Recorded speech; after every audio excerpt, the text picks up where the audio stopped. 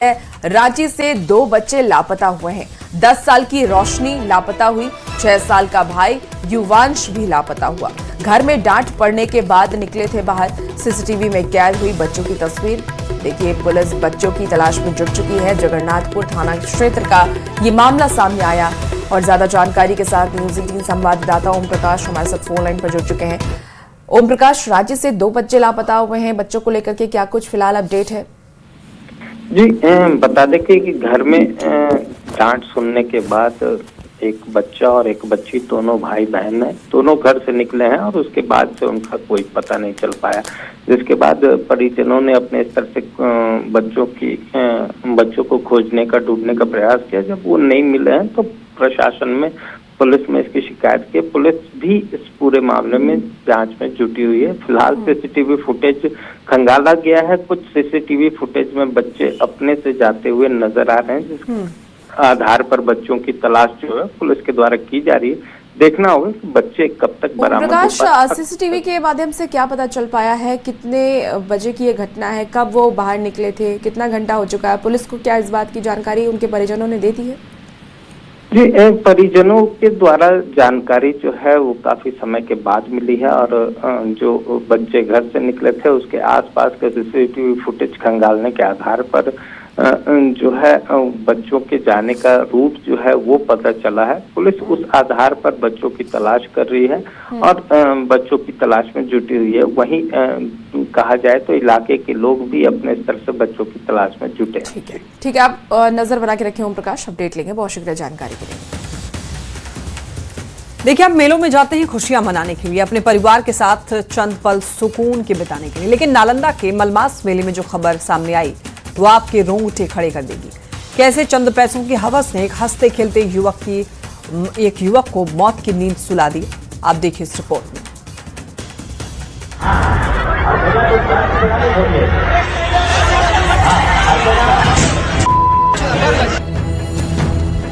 अमन कुमार घर से निकला था मेले की रौनक देखने। चेहरे पर मुस्कान थी और दिल में अपनों के साथ मस्ती करने का अरमान। लेकिन किसे पता था कि नालंदा के ऐतिहासिक मलमास मेले का ये सुनामी झूला उसकी जिंदगी की आखिरी सवारी साबित होगा। झूले से गिरकर युवक की दर्दनाक मौत ने खुशियों के माहौल को पल भर में चीख पुकार और मातम में बदल दिया।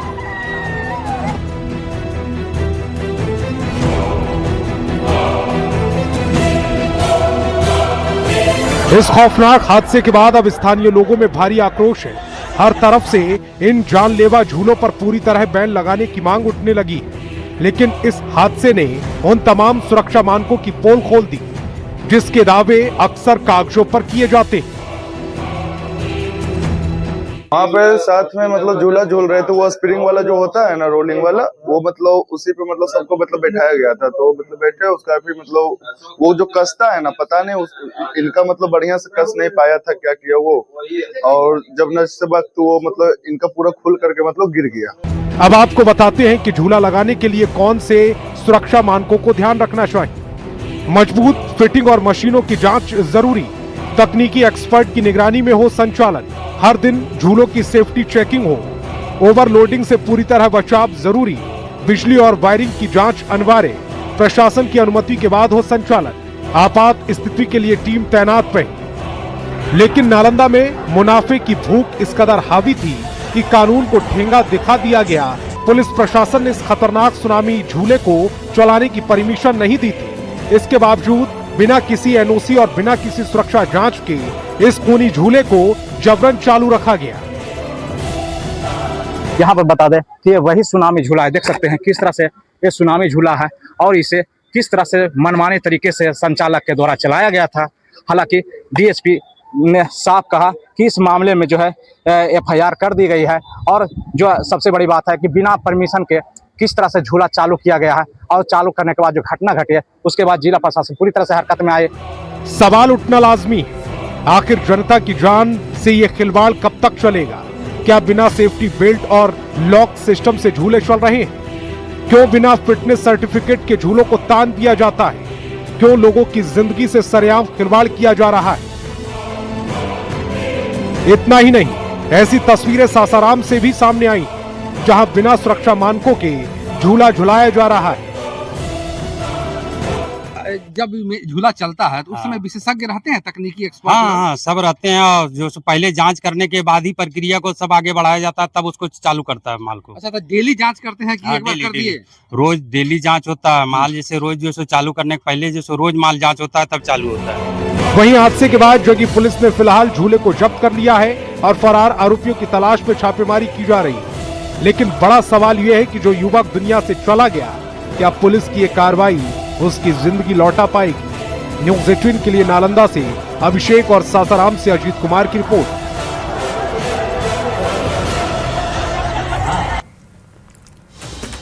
लेकिन नालंदा में डिज्नीलैंड मेले में झूले से गिरकर के एक युवक की मौत के बाद मेले की सुरक्षा व्यवस्था पर सवाल उठने लगे हैं।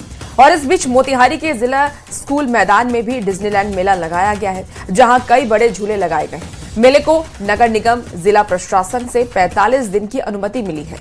वहीं जब न्यूज़ 18 की टीम मेला परिसर में पहुंची तो अचानक से ये दावा किया गया कि सभी झूले सुरक्षा मानकों के अनुसार लगाए गए हैं। साथ ही मेले में जगह जगह सीसीटीवी कैमरे और सुरक्षा के पूरे इंतजाम किए गए हैं। पिछले दिनों डिज्नीलैंड मेले में कई बड़ी घटनाएं घटी, जिसमें कई लोगों की मौत भी हुई थी। रोहतास के बाद कल नालंदा में भी जो घटना घटी उसमें एक व्यक्ति की झूला से गिरने से मौत हो गई। वैसी स्थिति में सेफ्टी को लेकर क्या व्यवस्था है? मोतिहारी के जिला स्कूल के मैदान में जो है डिज्नीलैंड मेला लगा है, इसमें बड़े बड़े झूले हैं, जो भी झूले के आइटम हैं वो लगाए गए हैं और अमूमन सेफ्टी को लेकर विशेष व्यवस्था जो है वो होने का दावा जो है वो ऑर्गेनाइजर द्वारा जरूर किया जा रहा है। जो परमिशन है जिला प्रशासन के द्वारा परमिशन मिला है कि यहाँ पर डिज्नीलैंड मेला लगाया जाए, झूले लगाए जाए। तो ऐसी स्थिति में कोशिश जरूर की जा रही है कि कोई बड़ी दुर्घटना ना हो। हमारे साथ ऑर्गेनाइजर हम उन्हीं से बात करेंगे। ये बताइए कि सेफ्टी को लेकर, क्योंकि नालंदा में भी घटना घटी, इससे पहले रोहतास में घटी, सेफ्टी को लेकर क्या व्यवस्था आपने किया है? अगर इस तरह की घटनाएं घटती है तो कैसे रेस्क्यू करेंगे? जी, सेफ्टी के लेकर जो है इसमें आपका हर दिन हमारा जो है एक एक नट जो है पार्ट पुर्जा जितना है हर दिन चालू करने से पहले सारा चेक होता है और इसमें ना के बराबर जो है इसमें ऐसी होता है।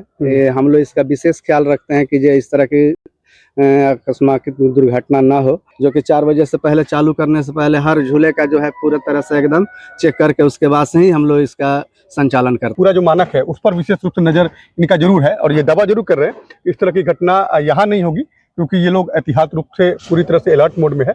बगल में सदर अस्पताल भी है, वहाँ भी जहाँ झूला लगा है उसके ठीक बगल में ही है। तो वैसी स्थिति में पूरी व्यवस्था जो है वो की गई है, सुरक्षा के दृष्टिकोण से हो या अन्य दृष्टिकोण से भी हो, पूरी व्यवस्था जो है वो व्यवस्थापक द्वारा करने का दावा जो है वो किया जा रहा है। उन्नीस कुमार, न्यूज़ 18 मोतिहारी। खबर सिवान से, जहां पर एक युवक की गोली मारकर हत्या कर दी गई। ये घटना पचरुखी थाना क्षेत्र के जसौली मुर्गिया टोला की है। आपसी विवाद में गोली मारकर हत्या की आशंका जताई जा रही है। गोली मारने का आरोप मृतक के ही चचेरे भाई पर लगा है। सदर अस्पताल लाने के दौरान शख्स की मौत हो गई। अब घटना को अंजाम देकर के आरोपी फरार हो गए।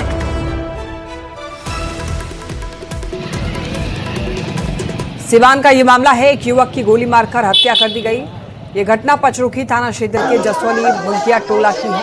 आपसी विवाद में गोली मारकर हत्या की आशंका जताई जा रही है। गोली मारने का आरोप मृतक के चचेरे भाई पर लगा है। क्या हुआ है पूरा मामला? हमने के पटना से देखा कोई नहीं आया तो पापा के तो भैया को हाथ बाजार मेरा बात से फोन आई लगे तुर भैया के ऐसे वैसे हो गए। कौन मारा है गोली? बड़का पापा के क्या नाम है उनका? पिंकू। वही गोली मारा है? हाँ, मर ले बाप, गोली मार ले बाप, चाकू मार ले बाप।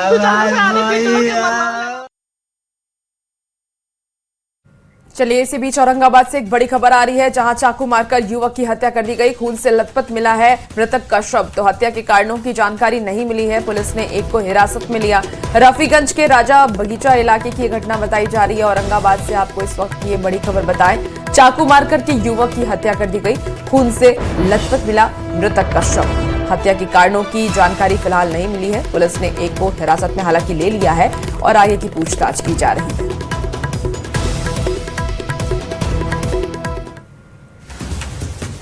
खबर वैशाली से, जहां जमीन विवाद में दो पक्षों के बीच खूनी झड़प हो गया, जिसमें दर्जनों लोग घायल हो गए। घटना बेलसर थाना क्षेत्र के नगवा गांव की, जहां जमीन विवाद में गाली गलौज से शुरू हुआ विवाद हिंसक झड़प में तब्दील हो गया।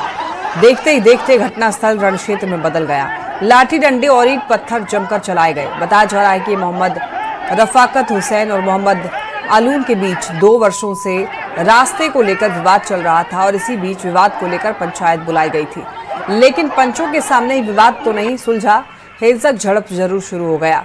आरोप यह है कि झड़प में रफाकत हुसैन के घर के लोगों के साथ मारपीट की गई, साथ ही उनके घर पर दूसरे पक्ष की तरफ से जमकर पत्थरबाजी भी की गई, जिसमें रफाकत हुसैन की तरफ से 7 लोग घायल हुए, कई लोगों की हालत गंभीर है।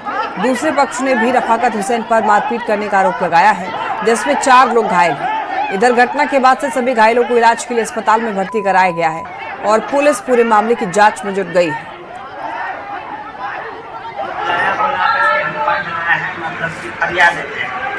लेकिन वो हरियाणा मतलब नहीं जब बल्कि वो ग्रुप बना करके हमारे घर पे हमला किया है, जिसके हमारे पास में पूरा हमला का वीडियो है, पूरे हमला का वीडियो है हमारे। तो आदमी कौन बुलाया था हरियाणा के लिए? जैनून। हाँ। खबर आपको भागलपुर से बताते हैं, जहां पुलिस ने मिनी गन फैक्ट्री का भांडाफोड़ किया है। पुलिस ने सुल्तानगंज थाना क्षेत्र में छापेमारी करते हुए एक मिनी गन फैक्ट्री का पर्दाफाश किया।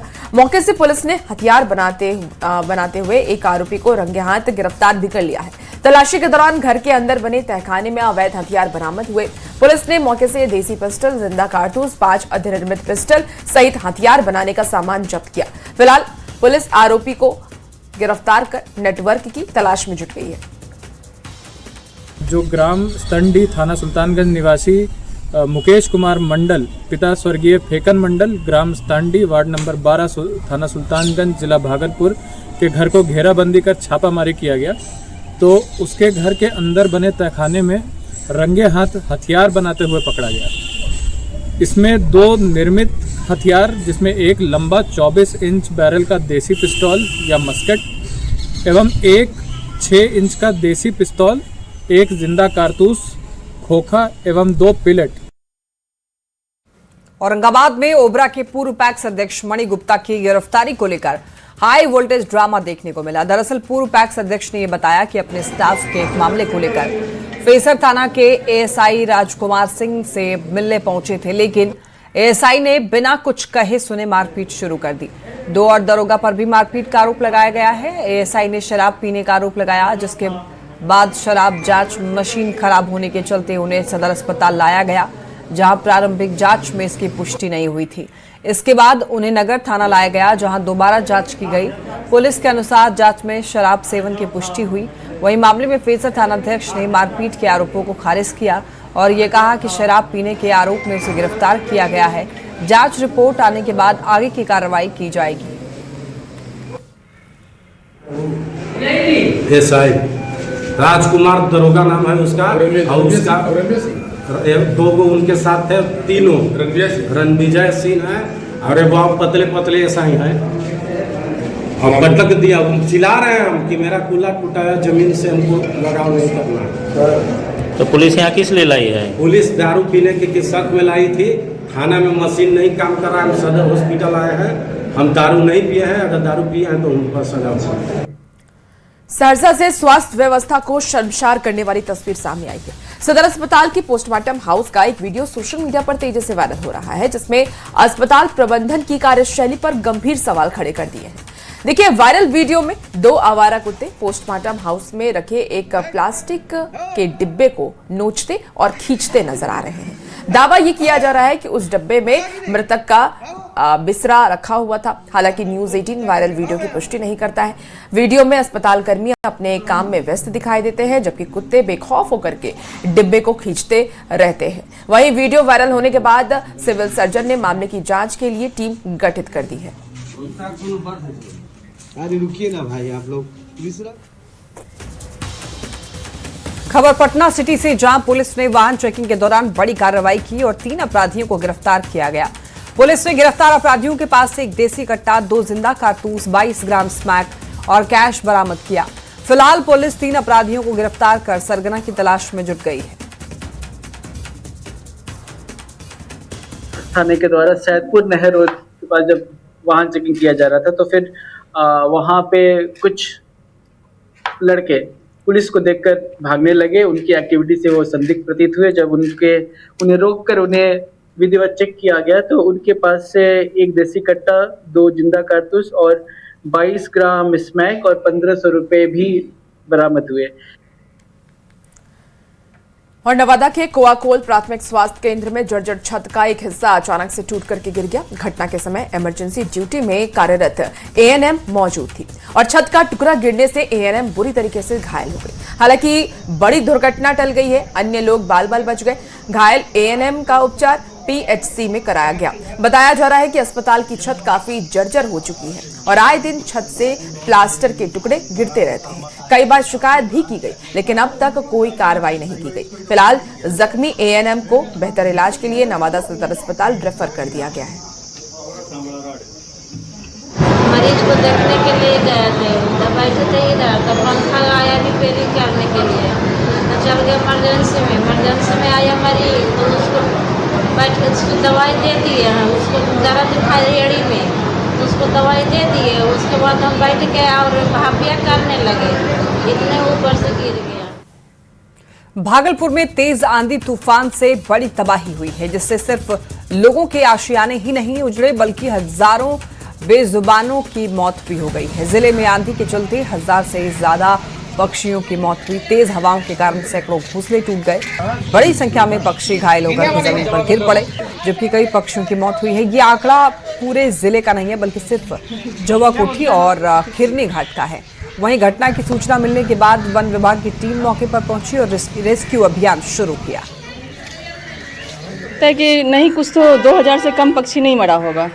500-600 पक्षी तो उठा के लेके गया और कम से कम रेस्क्यू के लिए हम 100 पक्षी उठा के लेके गए थे। उसमें धीरे धीरे कुछ मर गए। 50 पक्षी या 20 पक्षी हम दिए होंगे अभी पर्यावरण विभाग को। कैसे मरा? सारा आंधी से जो वृक्ष गिरे हैं, हाँ। उसका वर्णन नहीं कर सकते। गंगा घाट में तो बिछाया हुआ है। गोपालगंज में मौसम ने अचानक से करवट ले ली है। तेज हवा के साथ शुरू हुई बारिश से लोगों को उमस भरी गर्मी से राहत मिली है। देखिए, दिन भर की तपिश के बाद मौसम सुहाना हो गया, जिससे कि लोगों ने राहत की सांस ली। मौसम विभाग ने जिले में आंधी, पानी और वज्रपात को लेकर के अलर्ट भी जारी किया है। मौसम विभाग ने लोगों से खराब मौसम के दौरान घरों में सुरक्षित रहने और पेड़ और बिजली के खंभों से दूर रहने की अपील की है।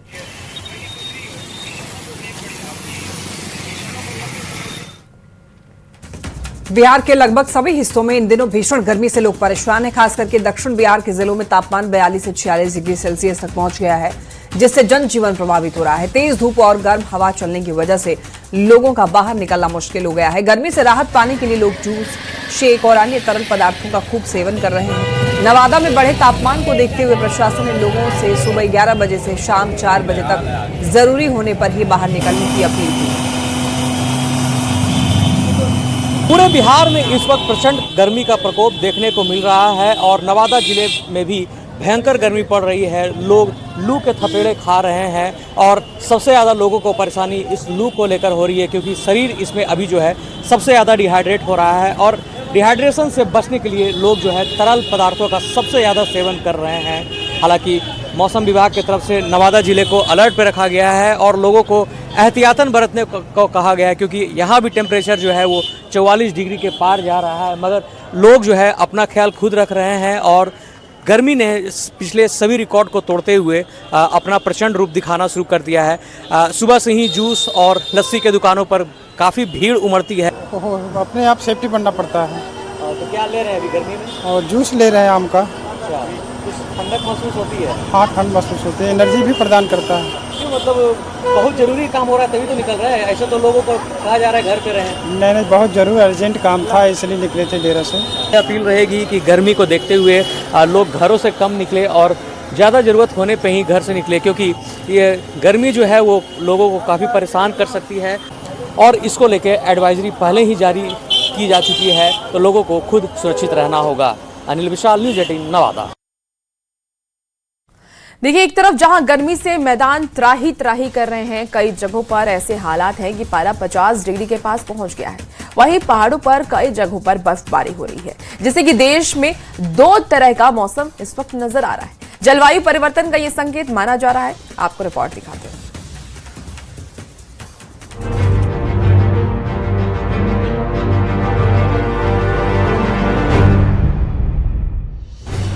कहीं भयंकर गर्मी तो कहीं सर्दी। इस वक्त देश में 2 तरह का मौसम चल रहा है। उत्तर भारत भयंकर गर्मी की चपेट में है। लोग हीट वेव से परेशान हैं। ज्यादातर इलाकों में पारा 45 डिग्री के पार चला गया है। वहीं उत्तर प्रदेश के बांदा की बात करें तो यहाँ तापमान 47 से 48 डिग्री के बीच चल रहा है। बुंदेलखंड के ज्यादातर इलाके भयंकर गर्मी का सितम झेल रहे हैं। वहीं पहाड़ों की बात करें तो ऊंचाई वाले इलाकों में बर्फबारी हो रही है। एक और जहां मैदानी इलाकों में भीषण गर्मी पड़ रही है, तो वहीं चमोली में सिखों के पवित्र तीर्थ स्थल हेमकुंड साहिब में कड़ाके की ठंड पड़ रही है। हेमकुंड में आज प्रकृति का अलग ही रूप दिख रहा है। दोपहर में बर्फबारी होने लगी, जिससे पूरे धाम में कड़ाके की ठंड पड़ने लगी है। हालांकि कपाट खुलने के बाद से ही हेमकुंड में बर्फबारी का दौर जारी है। पूरा धाम बर्फ की सफेद चादर में ढका नजर आ रहा है। हेमकुंड साहिब समुद्र तल से करीब 15,200 फीट की ऊंचाई पर है। एक और जहां मैदानी इलाकों में लोग गर्मी से राहत पाने के लिए परेशान हैं, तो वहीं हेमकुंड साहिब में कड़ाके की ठंड और लगातार बर्फबारी हो रही है। चमोली के निचले इलाकों में शाम होते ही तेज हवाओं के साथ हल्की बारिश भी दर्ज की गई है। कश्मीर और लद्दाख में भी कई जगहों पर बर्फबारी का मौसम चल रहा है। जो जिला दर्रा जो लद्दाख के कारगिल जिले और कश्मीर के गांदरबल जिले की सीमा पर है, वहां भी बर्फबारी से हर तरफ सफेदी नजर आ रही है। जो जिला के पास मीनामार्ग और सोनमार्ग इलाके में बर्फबारी हुई है, जिससे पूरा इलाका सफेद बर्फ की चादर से ढक गया है। मई में हुई इस बर्फबारी की वजह से श्रीनगर लद्दाख रोड को यातायात के लिए अस्थायी रूप से बंद भी करना पड़ा। प्रशासन की टीमें सड़क को जल्द साफ करने में जुटी हैं। मई के महीने में जो जिला उसे ऊंचे दर्रे पर बर्फबारी दुर्लभ मानी जाती है। विशेषज्ञ इसे पश्चिमी विक्षोभ और जलवायु परिवर्तन से जुड़े अनियमित मौसम का नतीजा बता रहे हैं। अब द्रास की ये तस्वीरें देखिए, जहां पर बर्फबारी ने मौसम बदल दिया है, जिससे तापमान में तेजी से गिरावट आई है और ऊंचे इलाकों में बर्फ की एक नई परत जम गई। कश्मीर और उससे सटे पहाड़ी क्षेत्रों में बदलते मौसम के बीच ये बर्फबारी हुई। तापमान में गिरावट आ गई है। मई के महीने में आमतौर पर इन ऊंचाई वाले इलाकों में बर्फ पिघलने लगती है और सड़कें खुल जाती हैं, लेकिन इस बार मौसम का मिजाज अलग है। पश्चिमी विक्षोभ समुद्रों से नमी लेकर आते हैं, तो ठंडी पहाड़ी हवाओं से टकराते हैं। नतीजतन ऊंचाई पर बर्फबारी और निचले इलाकों में बारिश, आंधी देखने को मिल रही है। ये अनोखा मौसम जलवायु परिवर्तन की वजह से हो रहे बदलावों का संकेत दे रहा है। Bureau report, news 18।